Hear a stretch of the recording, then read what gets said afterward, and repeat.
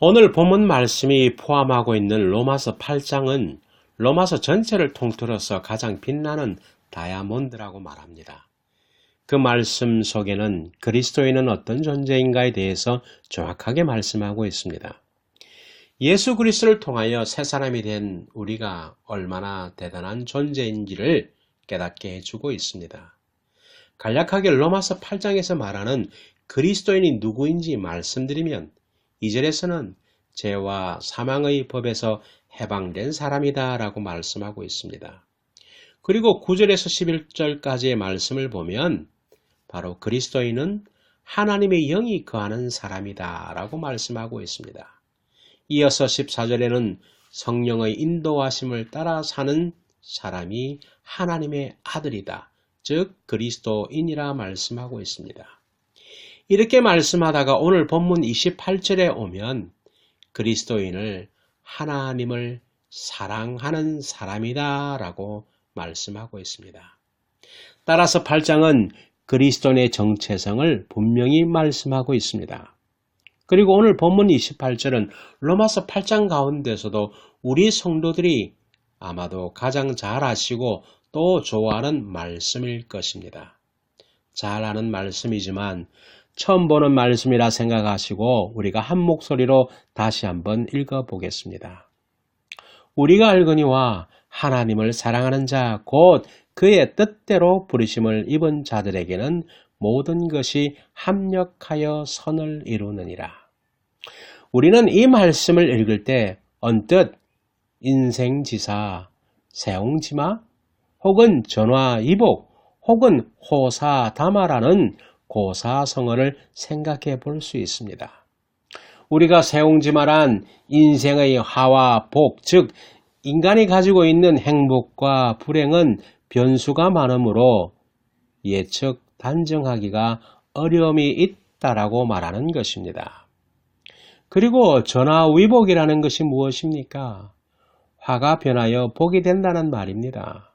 그리고 호사다마는 좋은 일에는 흔히 방해되는 일이 많다라고 하는 그러한 뜻을 가지고 있습니다. 그러나 이런 고사성어들은 인간의 운명론적인 관점에서 말하고 있습니다. 그러나 오늘 본문의 말씀은 그런 관점이 아니라 하나님의 섭리적인 관점으로 본문을 볼 수 있어야 합니다. 성경을 보시면 성경에는 수많은 존경할 만한 인물들이 등장하지요.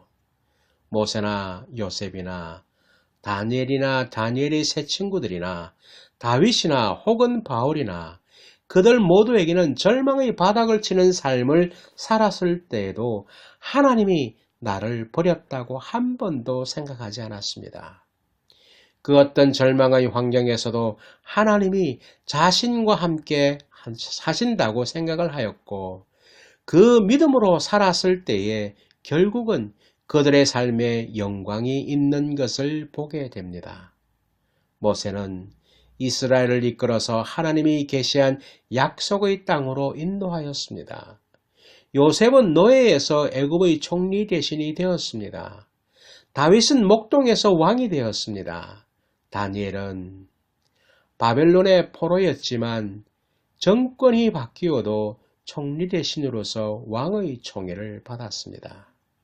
모두가 절망적인 환경에서 모두가 합력하여 하나님의 의, 즉 선을 이루는 자들이 되었습니다.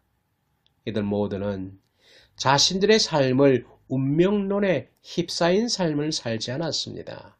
언제나 어떤 환경에서도 하나님을 절대적으로 의지하여 승리하는 삶을 산 사람들입니다. 하나님께서 이루어 가시는 것을 목도하며 체험하여 하나님께 영광을 올린 인물들입니다. 특히 요셉의 말을 들어보면 그가 과연 얼마나 신앙적인 인물인가를 알 수 있습니다. 요셉은 그 어떤 환경이 주어졌어도 한 번도 흔들리지 않았습니다. 절망하지 않았고 좌절하지 않았습니다. 결국 그는 애굽의 국무총리가 되었고 형님들이 그 기근의 문제를 해결하기 위해서 자신을 찾아와서 절을 하게 되었습니다. 형님들을 만난 요셉은 형님들에게 이렇게 말하지요. 창세기 45장 5절에 보면 이렇게 기록되어 있습니다. 당신들이 나를 이곳에 팔았다고 해서 근심하지 마소서. 한탄하지 마소서. 하나님이 생명을 구원하시려고 나를 당신들보다 먼저 보내셨나이다. 이어서 8절에는 이렇게 말씀합니다. 나를 이리로 보낸 이는 당신들이 아니요 하나님이시라고 고백합니다. 자기를 주도하시는 분은 바로 하나님이시라는 사실을 확신하는 말입니다. 얼마나 멋지고 아름다운 신앙의 고백입니까? 다니엘은 어떠합니까? 기도를 게을리하지 않은 인물입니다. 어떠한 환경에서도 하루에 3번 자기의 조국을 향하여 기도하였습니다. 그런 그가 사자굴에 던짐을 받고도 털끝 하나 다치지 아니하고 더욱더 왕의 총애를 받았습니다. 그리고 다니엘의 세 친구들은 어떠합니까? 왕이 세운 금신상에 절하라는 그 명령을 지키지 않은 이유로 풀무불 가운데 던져지는 협박을 받았지만 그들은 도리어 말합니다. 다니엘 3장 17절과 18절에 보면 그들의 신앙 고백을 들을 수 있습니다. 왕이여, 우리가 섬기는 하나님이 계시다면 우리를 맹렬히 타는 풀무불 가운데에서 능히 건져내시겠고 왕의 손에서도 건져내시리이다. 그렇게 하지 아니하실지라도 왕이여, 우리가 왕의 신들을 섬기지도 아니하고 왕이 세우신 금신상에 절하지도 아니할 줄을 아옵소서. 그들은 풀무불 가운데 던져졌지만 탈것 하나 태움을 받지 아니하였습니다. 그 결과 30절에 보니 이렇게 말합니다. 왕이 드디어 사드락과 메삭과 아벳누고를 바벨론 지방에서 더욱 높이니라. 이들 모두는 오늘 본문으로 말하면 절망적인 환경이라 할지라도 모두가 합력하여 선을 이루어낸 것입니다.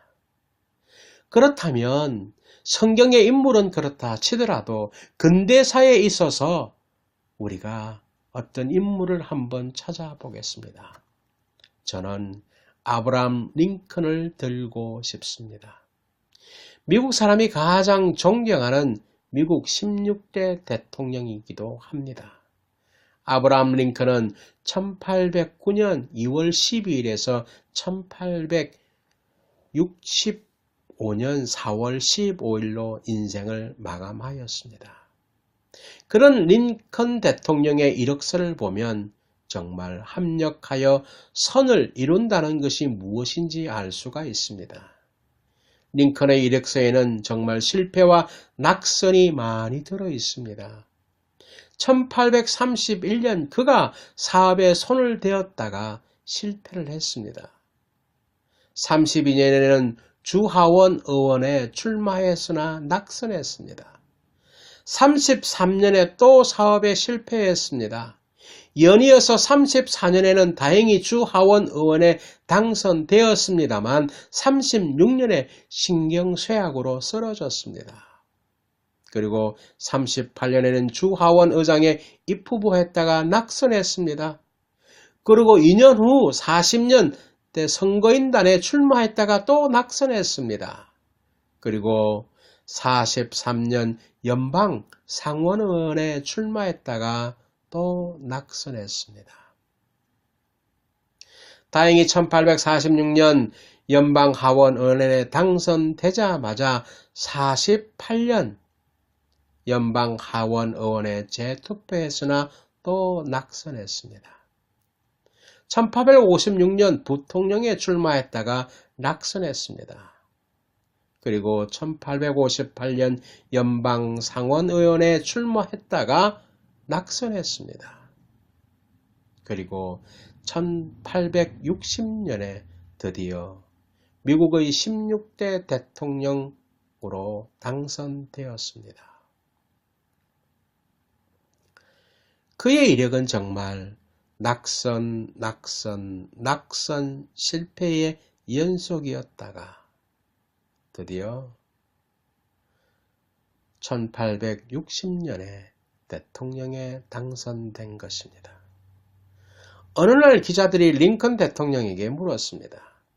대통령의 놀라운 성공과 존경받는 삶의 비결은 무엇입니까? 링컨은 머리를 숙이고 가만히 있다가 말을 합니다. 간단합니다. 저는 인생에 많은 실패를 하고 쓴 경험을 많이 했습니다. 내가 인생에 실패를 하고 쓴 경험을 한 이 모든 것이 오늘날 나를 만들어 주었습니다. 연이어서 그는 이렇게 말했습니다. 내가 어릴 때 우리 어머님 무릎에서 성경을 배웠는데 어머님이 내게 가르쳐 준 말이 있습니다. 로마서 8장 28절에 하나님을 사랑하는 자 곧 그 뜻대로 부르심을 입은 자들에게는 모든 것이 합력하여 선을 이룬다라고 말씀하셨습니다. 나는 내가 인생의 쓴 잔을 마시고 낙선을 하고 고통을 당할 때마다 이 말씀을 기억하고 꿈과 믿음을 가슴속에 품었습니다. 그 결과로 오늘 나는 미국의 대통령이 되었습니다. 그렇습니다. 로마서 8장 28절은 이만큼 대단한 말씀인 것입니다. 내 삶이 비록 고통의 연속이라고 할지라도 그 고통의 순간에도 하나님이 함께 하시고 결국은 그 모든 고통을 넘어가게 하셔서 하나님이 뜻을 이루게 된다는 말씀인 것입니다. 자, 그럼 오늘 본문 말씀을 조금 깊게 생각해 보시겠습니다. 그래서 본문의 의미를 하나하나 짚어보도록 하겠습니다. 본문 첫 구절에 보면 우리가 알거니와 라는 말씀을 하고 있습니다. 영어의 표현은 as we know로 이미 우리가 성경이나 역사를 통해서 믿음의 사람들이 결국 어떻게 되었는지를 알고 있지 않습니까? 라고 말하는 것입니다. 그 다음에 이어서 하나님을 사랑하는 자라고 말씀하고 있습니다. 우리가 하나님을 사랑하는 자에 대해서 생각해 보십시다. 하나님을 사랑하는 자, 그렇지 않은 자는 평상시에는 잘 모릅니다. 그러면 언제 알 수 있습니까? 그것은 힘들고 어려운 일을 만났을 때, 고난을 만났을 때, 유혹 앞에서 어떻게 반응하는가를 보면 우리가 하나님을 사랑하는 자인지 아니하는 자인지를 알 수가 있습니다. 예를 들어 보면 우리는 보통 갈등하게 하는 요소들을 보게 되는데 쉬운 예로 주일에 여러 가지 일로 예배 참석이냐 아니냐로 갈등할 때가 있습니다. 이때 내가 선택하는 priority, 즉 우선순위가 무엇이냐인 것입니다. 내가 선택한 이것이 주님을 기쁘시게 하는 일이 먼저라면 분명 하나님을 사랑하는 자일 것입니다. 즉 하나님을 사랑하는 자는 하나님의 말씀을 지켜 행하는 것을 말씀하고 있습니다. 그리고 그 다음으로 곧 그의 뜻대로 부르심을 입은 자들에게는 이 말씀은 우리가 우연히 예수를 믿고 하나님의 자녀가 된 것이 아니라 하나님이 창세전에 예정하시고 하나님의 시간표에 맞춰 우리를 부르셨습니다. 저와 여러분을 하나님이 부르시지 않으셨다면 우리가 이 자리에 앉아 있을 수가 없는 것입니다. 그 다음에 편에 보면 모든 것이라고 말씀하고 있습니다. 여기에서 모든 것이란 어떤 특별한 사건만을 말하는 것이 아니라 하나님의 자녀인 우리가 경험하는 삶의 모든 것을 말씀하고 있습니다. 우리는 이 땅에서 참으로 많은 것을 경험하고 살아갑니다. 성공만이 아니라 실패도 경험합니다. 진하게도 실패하고 직장 생활에서 승진해서 실패하기도 합니다. 결혼에도 실패하기도 하고 사업에도 실패하기도 하고 건강에도 적신호가 와서 큰 좌절감을 겪기도 합니다. 그리고 인간관계의 아픔도 경험합니다. 때로 핍박도 받고 왕따를 당하기도 하고 심지어는 유혹을 받아 넘어지기도 합니다. 그리고 더 나아가 인생의 마지막에는 죽음을 경험합니다. 그 모든 경험을 바로 모든 것이라고 말씀하고 있는 것입니다. 그리고 그 다음에 표현해 보면 합력하여 선을 이루느니라. 이 말씀은 합력하여 하나님의 뜻을 이루고 만다는 뜻입니다. 선을 이루느니라는 말은 넓게 보면 하나님의 나라가 이루어진다는 말이며 하나님의 의가 실현된다는 말인 것입니다. 우리는 어떤 면으로 육으로는 실패하지만 하나님 아버지는 연약한 우리들을 통하여 결코 실패하지 않고 반드시 당신의 의를 우리를 통해서 이루신다는 뜻입니다.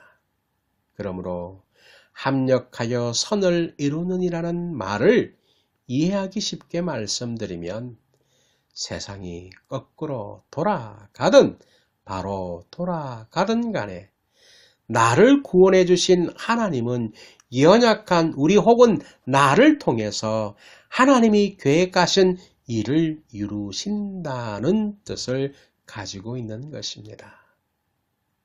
여러분, 이제 본문 28절이 이해가 되십니까? 오늘 본문을 말씀한 바울은 핍박자였던 자신을 하나님이 어떤 방식으로 인도하셔서 오늘날 하나님이 귀 쓰시는 전도자가 되게 했는지 직접 경험했기에 이렇게 자신 있게 말할 수 있었습니다. 이런 확신이 있었기 때문에 로마서 8장과 같은 위대한 말씀을 기록할 수 있었던 것입니다. 사랑하는 뉴카슬 열린교회 성도 여러분, 지금 같은 자리에서 함께 우리가 예배 드리고 있지만 저마다 가지는 경험은 다 다릅니다. 우리가 살아가는 삶의 환경도 다릅니다. 그리고 삶 속에서 가지는 고난도 고통도 각자가 다 다릅니다. 만약 우리가 가지는 고통이나 고난의 관점에서 생각해 본다면 저는 세 부류로 나누어 볼 수 있지 않겠나 생각해 봅니다. 첫째는 고통 이전의 사람입니다.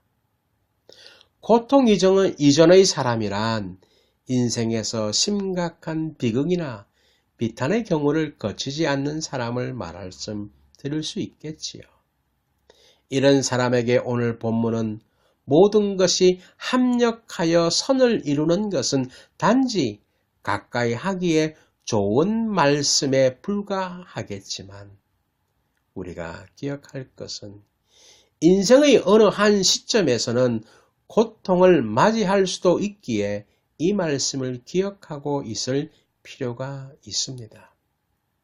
그리고 현재 고통을 모른다 하여도 하나님께 고통을 당하지 않고도 현실의 삶에서 하나님을 잘 섬기고 주님의 뜻을 이루는 자가 되도록 기도할 수 있기를 바랍니다.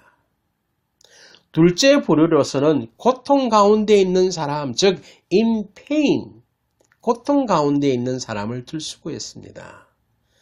현재 내가 하나님 안에서 살아가고 있지만 고통으로 인해서 힘들게 사는 사람입니다.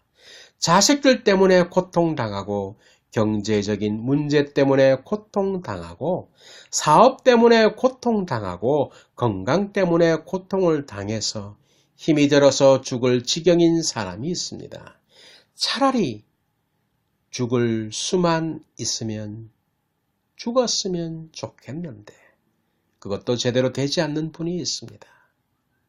그런 분이라면 모든 것이 합력하여 선을 이루느니라는 말씀은 생명의 말씀이 될 것입니다. 하나님이 지금 여러분을 통해서 하나님의 목적, 하나님의 뜻을 이루기 위해서 고통이 내게 있다는 것도 알아야 합니다. 그러므로 그 고통을 믿음으로 견뎌내시고 후에 주실 축복된 삶을 기대하면서 살아가시기를 바랍니다. 또 그리고 고통 이후에 있는 사람들도 있습니다. 가장 최근에 인생의 고통스러운 장애물을 겪은 사람들도 있습니다. 지나온 삶이 그렇게 힘들고 어려웠고 고통스러웠는데 지나고 보니 오늘의 나를 있게 하기 위함이었다고 느끼시는 분들이 있을 것입니다. 그런 분에게 모든 것이 합력하여 선을 이루느니라는 말씀은 감사의 말씀이요 아멘이며 100% 긍정할 말씀일 것입니다. 여러분, 이 세 부류, 고통 이전이든 고통 가운데 있든 고통 이후에 있는 사람이건 우리가 섬기는 하나님은 그리스도의 자녀를 절대적으로 보호하시고 하나님의 뜻에 맞는 사람으로 만들고 계심을 믿으시기를 바랍니다. 그러니 현재의 삶이 어렵고 힘들어도 낙심하지 마시고 인내하시기 바랍니다. 결국 내 앞에 선이 이루어진 것을 체험하게 될 것입니다. 오늘 주신 말씀을 다시 한번 다 함께 봉독함으로써 말씀을 마치려고 합니다. 우리가 알거니와 하나님을 사랑하는 자, 곧 그의 뜻대로 부르심을 입은 자들에게는 모든 것이 합력하여 선을 이루느니라. 아멘. 아멘입니다.